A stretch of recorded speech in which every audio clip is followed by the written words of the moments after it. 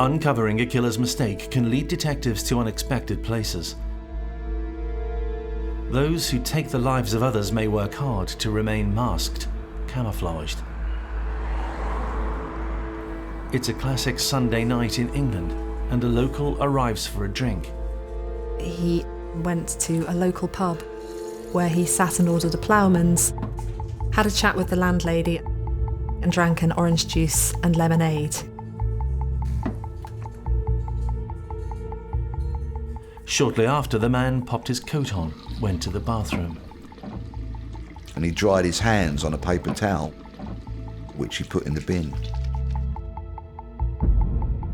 The biggest mistake Paul Hutchinson made was that he didn't have a crystal ball. He couldn't anticipate the advances in forensic science that would bring about his undoing. An hour or so earlier, Colette Aram failed to turn up as expected at her boyfriend's house in a nearby village. The family reported her missing. Colette was such a genuinely beautiful person that she wouldn't let anybody worry about her. The paper towel and the missing girl became part of a 22-year murder mystery. Every investigation is like a jigsaw, each piece offering new evidence as a picture of a suspect emerges. But which one will reveal the killer's mistake? Why Colette? She's beautiful, Colette. Why her?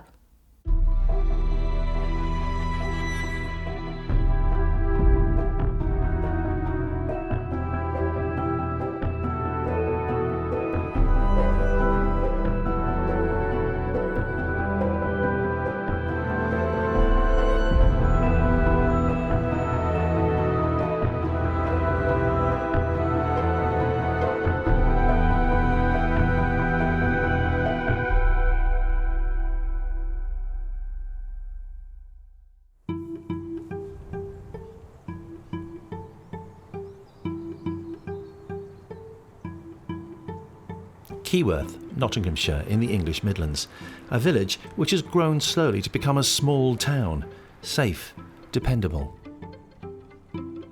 If you like village life, then Keyworth was an ideal place to live.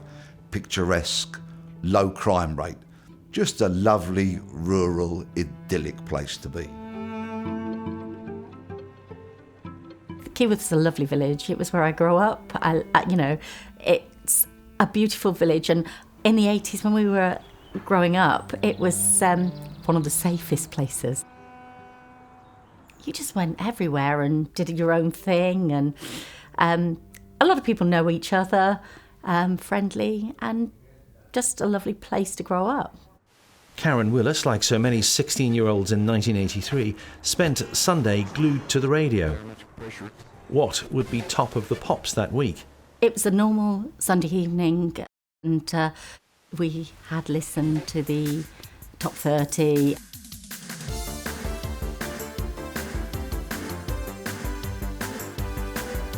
After finding out it was Culture Club and Karma Chameleon, she planned on a date with her boyfriend and set off on foot to his house. Walking everywhere was never an issue.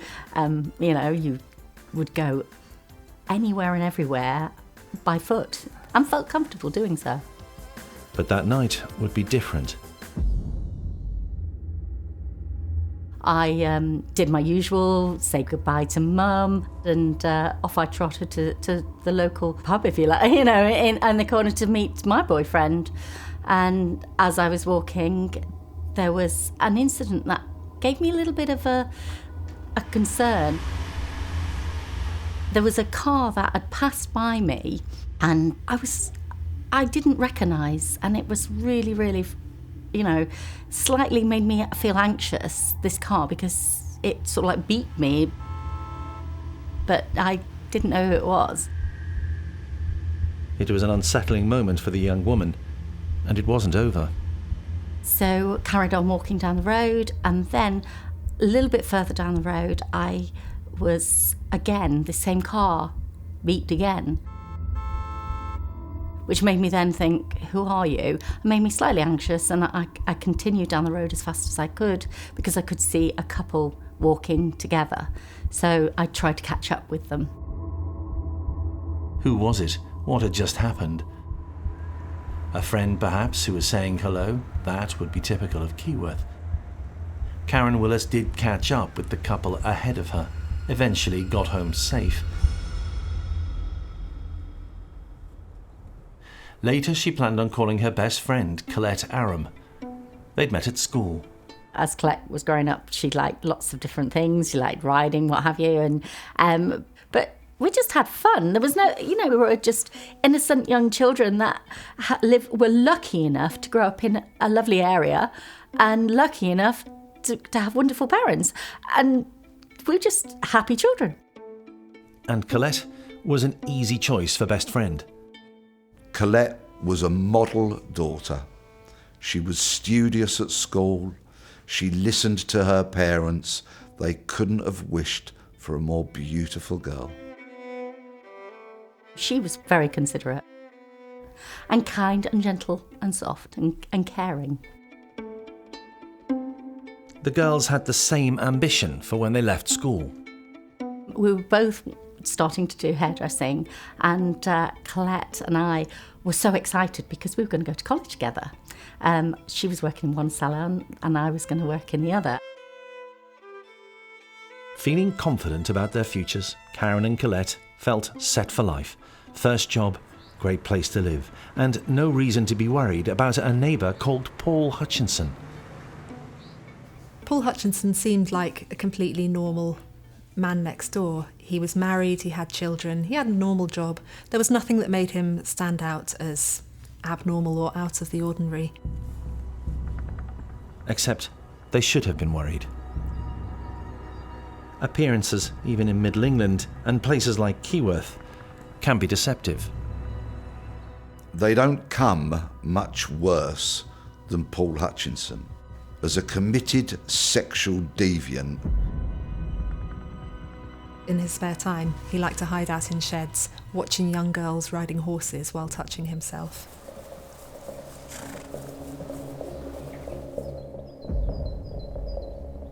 This man certainly had sexual problems. He had sexual paraphilia. Sexual paraphilia, defined as intense sexual arousal to atypical objects and fantasies, also known as sexual fetishism. he'd hide away in stables and in woods. He got off by watching young girls. In Hutchinson's case, he certainly had a leaning towards very young girls. He liked to spy on them, he liked to look at them, and was maybe fantasising about having sex with them. The farms and fields outside the village gave Hutchinson plenty of opportunity to pursue his perverse pastime, all the while remaining unsuspected. He had no previous criminal convictions. A more vile kind of man I struggle to think of. To locals, Paul Hutchinson was a 24-year-old who said he graduated in psychology before training as an electrician and settling early into family life. Sometimes people like Hutchinson make a very good job of hiding their sexual fantasies. There will always be some people who will recognise perhaps the strange behaviours.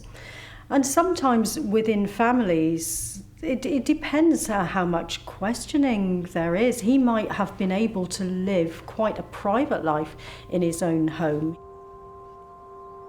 Those living near him, as the young married man whose wife had recently had a baby, saw him as a textbook family man. They were completely oblivious to the danger in their midst, a chameleon blending in behind the facade of Keyworth life, respected, unsuspected of anything untoward. Certain criminals are what they are. They steal, they rob, they burgle. So very much what you see is what you get. Not Paul Hutchinson. He wasn't just an ordinary man living an ordinary life. He was somebody who was split, knew that he needed to protect one life to maintain the other life. But deep down, in the dark recesses, he lives a very, very different life, unbeknown to everybody, and that's a very dangerous thing.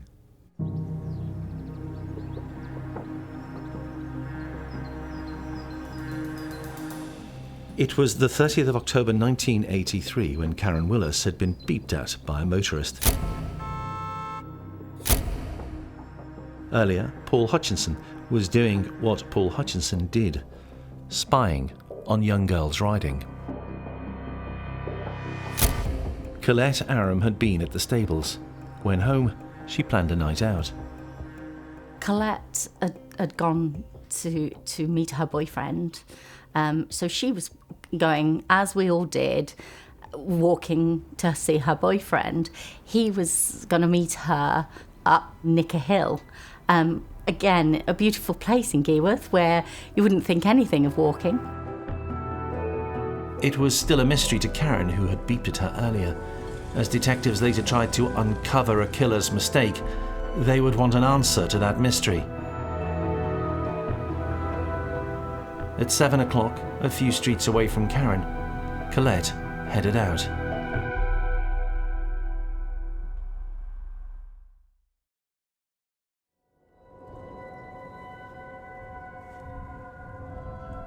Around 8 o'clock on October 30th, people living on this estate heard the screams of a woman. Locals heard a woman screaming. They also heard a car screeching off. The sound came and went. A brief moment of concern, but explained away perhaps as young people fooling around. Earlier that same day, unbeknownst to anyone, Paul Hutchinson had been indulging himself, ogling girls at the stables. Jane Monkton-Smith helps police forces profile people like Hutchinson. They behave in a very ritualistic way, so they have what you might call a fantasy in their head, which they relive, and that's how they get their kicks. Clearly, with somebody like Hutchinson, he's got a very specific ritual in mind, so he'll be looking for a certain type of victim, and he was looking for a young girl. A young girl like Colette Aram, who was on her way to visit her boyfriend. Colette didn't arrive at her boyfriend's, and soon afterwards the alarm went up. Colette's missing. Something's very, very wrong.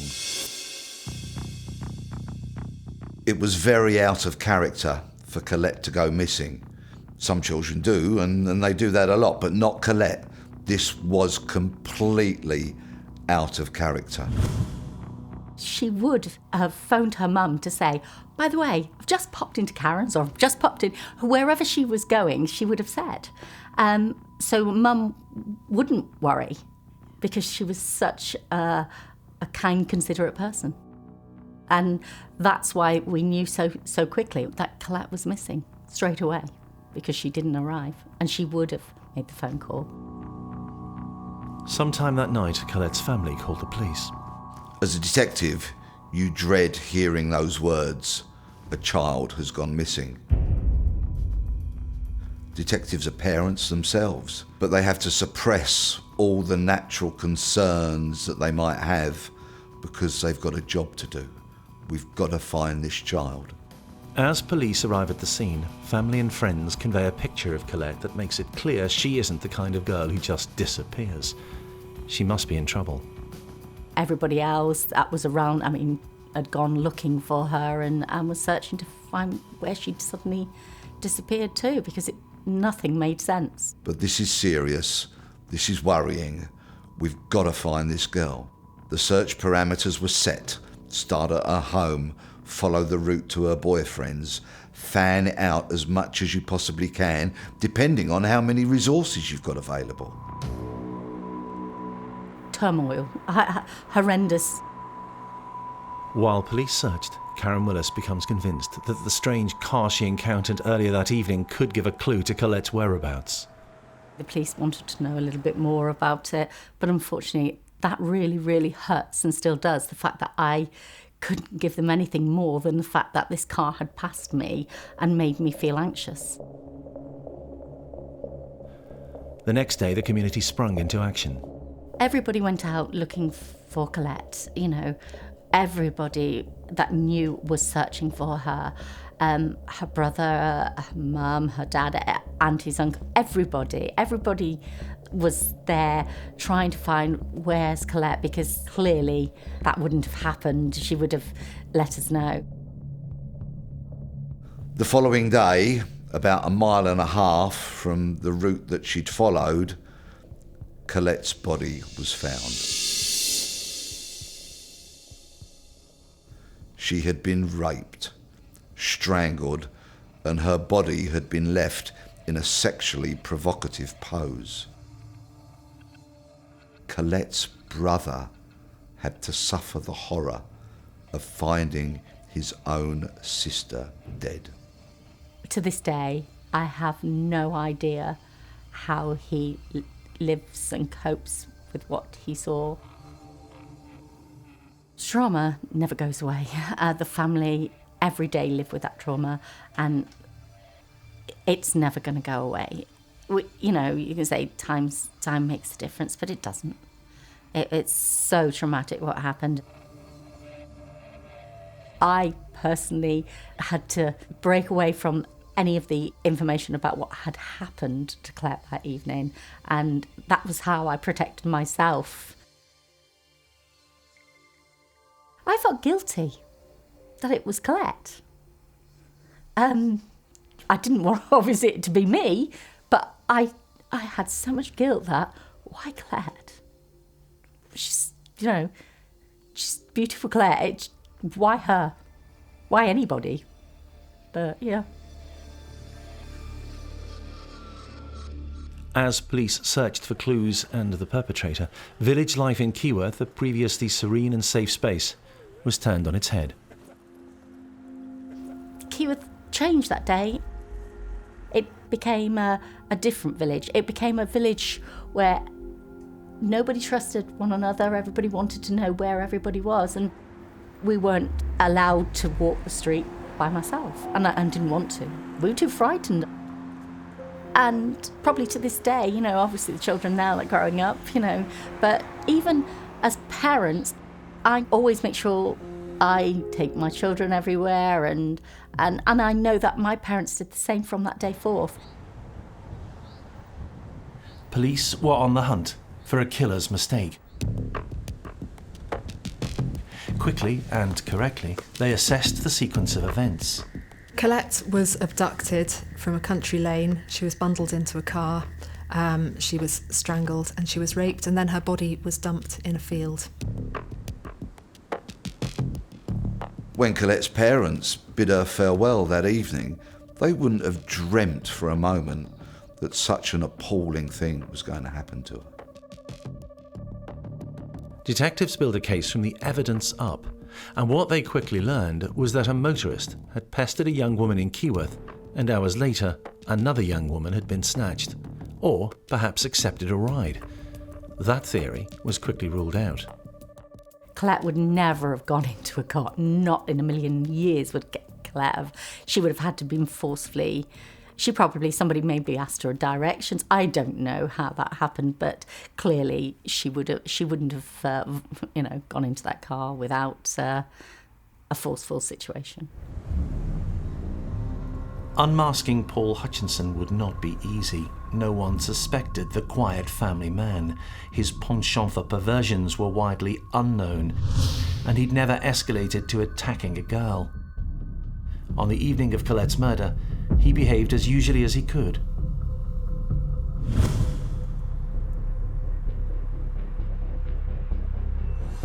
Only about 20 minutes or so after the murder, Paul Hutchinson went to a pub. Where he sat and ordered a ploughman's, had a chat with the landlady and drank an orange juice and lemonade. The barmaid that served him was alarmed by his demeanour. He seemed a bit strange. She really thought something was wrong. Hutchinson used the toilet, and he dried his hands on a paper towel which he put in the bin. The landlady of the generous Britain pub where Hutchinson went that night had noticed something suspicious about the orange and lemonade drinking man, and acted after the news of the teenager's murder became public. The landlady called police saying, "There was this guy in here and I did notice some blood on his hands." They went to the pub, And they retrieved some items, including a paper towel. but one very, very astute detective seized the paper towel that Hutchinson had used. Which had traces of blood, and it turned out semen on it. Now, back in the 80s, there was no DNA analysis of exhibits. That science just didn't exist. Basically, it was fingerprints and very little else. And even in the late 80s, once fingerprinting had been invented, you needed large amounts of biological specimens to actually be able to generate a DNA profile. That detective had the wherewithal to seize that exhibit, the significance of which wouldn't be realised for over a quarter of a century. How had Paul Hutchinson, the pervert who preyed on horse-riding girls, escalated to murder and then had the audacity to calmly go into a pub? With sexual killers, the act that they get involved in, whereas we look at it as something that would create an emotional kind of explosion for us, we'd feel dreadful afterwards. What they actually feel afterwards is relief. So they are, after that, feeling relieved and will present as probably calmer than they had done in the run-up to that homicide. So he could have gone to the pub and actually, with that feeling of relief, been able to stand there and have a drink and chat to the landlady without looking as if he'd done something absolutely dreadful. The day after the discovery of Colette's body in a field near Keyworth, Paul Hutchinson told his wife that he had a job which would take him away from Keyworth for a little while. Soon he would show a chilling level of confidence that he'd got away with murder.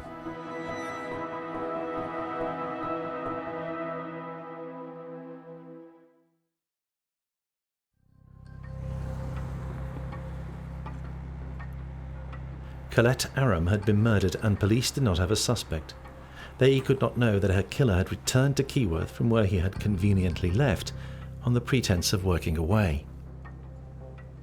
Hutchinson was also a cocky character, so I think it's about 5 weeks after the murder was committed, he actually went back to the village and had a look around, saw what the police were doing. This was a really serious crime, and he would have known that there would have been a lot of police activity. He'd have been quite concerned that he might have left some evidence behind. After the initial period of having committed that crime, he'll start thinking about the repercussions of that. And sometimes going back to the scene, people go back for different reasons. I'm sure Hutchinson was enjoying some kind of weird and perverted adrenaline rush not long after the murder. He was probably trying to constrain himself from telling somebody about what he'd done. This, for him, was the pinnacle of his very sad life. If Hutchinson was enjoying the fact that he, a killer, could parade in front of police hunting for a killer, he was about to take his cockiness one stage further. Hutchinson decided that he'd taunt the police, so he wrote them a letter saying words to the effect that "you can't catch me." But he was making mistakes that unfortunately wouldn't be discovered for a long, long time. Despite what we see represented in lots of television programmes, it's very unusual for somebody who's committed a murder like this to then taunt the police and send letters. Not only is it an arrogant thing to do, it's an incredibly stupid thing to do because it gives the police another line of potential forensic evidence. We can't know exactly why he wrote that letter, but it's almost as if he wanted some recognition for what he'd done. He might have seen it almost as an achievement not to have been caught, and he was a kind of a narcissistic person. He liked to big himself up. He liked to tell people that he was a psychology graduate. He liked people to recognise how clever he was, and that might have been the purpose in sending that letter. Clever enough to know that what evidence he was giving to the police was worthless. Hutchinson had a clean record. Police had this letter. At that time, they would have been able to do a few tests on it. They could do some handwriting analysis, but you need a suspect to compare the handwriting to. Similarly, they might have been able to recover fingerprints from the letter, but you need a fingerprint that matches. So you need Hutchinson's fingerprints to be in a fingerprint database. Not only did police not suspect the local electrician, his own family and friends were equally in the dark. Hutchinson was good at keeping secrets. He went on with life as normal. Depending on his kind of personality profile, depending if he was somewhere on the spectrum of psychopathy, very often those people do become very good liars because they become very manipulative. And if you tell a really big lie that you can't imagine anyone would lie about, that almost, is your cover. But he may have been somebody who routinely lied anyway. He certainly presents as that kind of person, so was very used to it. The masquerade of Hutchinson the young family man continued as the hunt for the killer was scaled down. How had he got away with it? The police had blood on a paper towel, possibly left by a suspect, fingerprints on the letter that he had sent, coldly telling the police they would never catch him. But weeks turned into months, then years, and still no arrest for the murder of Colette. He had made mistakes, but technology advances would be needed to uncover them. If the same crime happened today, one of the obvious first things police would have been able to do was retrieve DNA from Colette's body, from underneath her fingernails. They'd be able to look at the fibres on her body. They'd be able to maybe look at DNA found on her clothes. Those tools just didn't exist back in 1983. No CCTV. No automatic number plate recognition cameras. No mobile phones and all the evidence that they can give. And forensic science was really in its infancy. If you got a fingerprint, you were a very lucky detective. DNA fingerprinting was invented in the mid-80s and started being used towards the end of the 80s, and even then you needed a large amount of biological material. Today, you can just run a swab over a door handle, pick up a couple of cells and generate a DNA profile from those cells. The murder of Colette Aram was to be the first case to appear on a British TV programme called Crime Watch. Colette's mother made an appeal. As a mum, she went on Crime Watch, did so many, everything she could possibly do as a mum to get him where he needed to be, behind bars. Crime Watch was new. It was something different. It gave the police a tool that they'd never had before. Keyworth had a population of around 4,000. The new information in many ways got in the way. Every single man in the community, but for one, was innocent. But they were all suddenly worried about a visit from the police. There were around 1,500 people that might have been potential suspects. There were hundreds of other witnesses to be interviewed. And the cops really didn't have the tools then that they do today. So it was old school. Old school methods, old school tactics.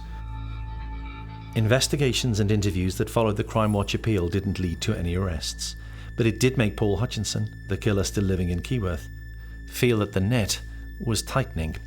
Lots of people were getting questioned and interviewed. Hutchinson was alarmed by this, so he concocted a story which he told to his family that he'd got cancer and that he had to go away for treatment. This story was so elaborate that he actually pulled tufts of his own hair out to convince people that those were the effects of the cancer treatment. Hutchinson's cynical portrayal of himself as a cancer victim meant that he could leave his family and the area. By slipping away like that, he managed to evade police questioning. If officers going door to door, following up leads from the TV programme, called at his house, there was a legitimate reason for him to be away. It's a classic diversionary tactic. Claiming that he had lung cancer is not only a big lie, it's a very specific kind of a lie. And sometimes when people want to avoid being questioned or challenged about something, they will feign some kind of illness so that people will feel guilty about questioning them. So if he's telling his family that he's ill, that's a very specific lie. They're all going to be sympathising with him. He's going to get away with behaviours that he perhaps wouldn't have got away with before. So it's an incredibly good lie to tell. Keyworth again returned to some sort of normality. Karen's friends and family struggled to rebuild their lives. Karen decided to devote herself to her chosen career. It was a mark of honour for her friend. Everything I did, I was determined to do it well. I mean, it was like college. We'd made so many plans to go together. I worked so hard in college to make sure I did really well, but, not just for me, for Colette, And yeah, it was really difficult because I had to do the job she was doing in that salon. There's no question, that's what I had to do. As the years passed, the investigation continued to draw blanks, and eventually Paul Hutchinson returned to the area and picked up his life. He was a killer, hiding in plain sight. As the initial heat from the inquiry died down, Hutchinson sort of reintegrated himself into society. He kind of went off radar for a bit, and he started a new life. His first marriage broke down, so he married again. He had more children, including a son called Jean-Paul. He worked as an electrician, a salesman. He even served as a school governor. Despite the witness evidence, forensics and tip-offs from the general public, Paul Hutchinson lived the standard Keyworth life for a man with children, going to work, coming home, accepted by those around him. But time was passing, science was improving. His mistakes would one day catch up with him. Fast forward 20 years, police try again. So they have another look at the evidence and they swab that letter that was sent to them, taunting them.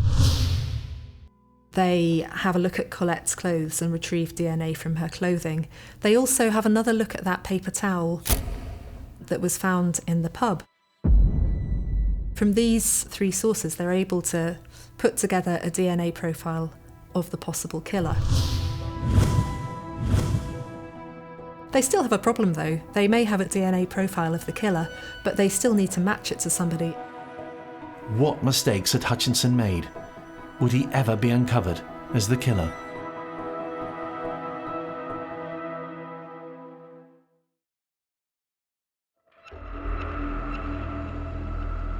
In Britain, a statute of limitations means that some crimes are left unsolved. Burglary, theft, vandalism, the list goes on. As the years pass, the cases are dropped. There's no statute of limitation on murder. The crime remains on the books forever or until solved. Paul Hutchinson may or may not have known that as he went about his normal life in Keyworth. By the time 2008 came round, forensic science had leapt forward enormously. Some of the exhibits from Colette's case had been examined and DNA profiles had been obtained. Every person that was arrested was now being swabbed as a matter of routine.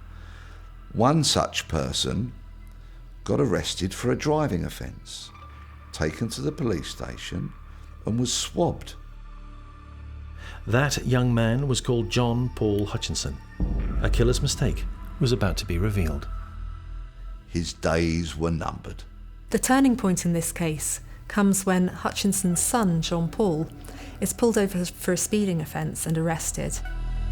A DNA profile is taken, and then they generate this partial hit. There were such advances in forensic sample testing and especially DNA evidence, which just wasn't around when he committed that offence.